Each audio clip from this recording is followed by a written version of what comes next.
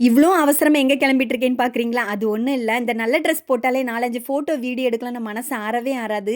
நீங்களும் அப்டின்னா மறக்காம கமெண்ட் பண்ணிருங்க. அதுவும் எங்க கார்டன்ல வச்சு எடுக்கலன்னா சத்தியமா மனசு ஆறவே ஆறாது. அதுக்குன்னு அவ்ளோ பெரிய கார்டனாலாம் கேட்கறாதீங்க. ஏன்னா இந்த ரோட்டுக்கு அந்த சைடுல 4, 5 செடி இருக்கு. ரோட்டுக்கு இந்த சைடுல 4, 5 செடி இருக்கு. அதுலயும் எங்க மாமா வந்து கரும்ப அடுக்கி தள்ளியிருக்காங்க. ஒவ்வொன்னும் நல்லா பெருசா சைஸா வளர்ந்துட்டு இருக்குது. அப்டியே பார்த்தீங்கன்னா, வடக்கங்குளத்துக்கு வந்து பர்த்டே வீட்டுக்கு கிளம்பியாச்சு. ஆனா அதுக்கு முன்னாடி தோவாளைய தாண்டி தான் போனோம். இந்த தோவாளைக்குள்ள போனாலே போதும், பூ மணம் தாங்கவே தாங்காது.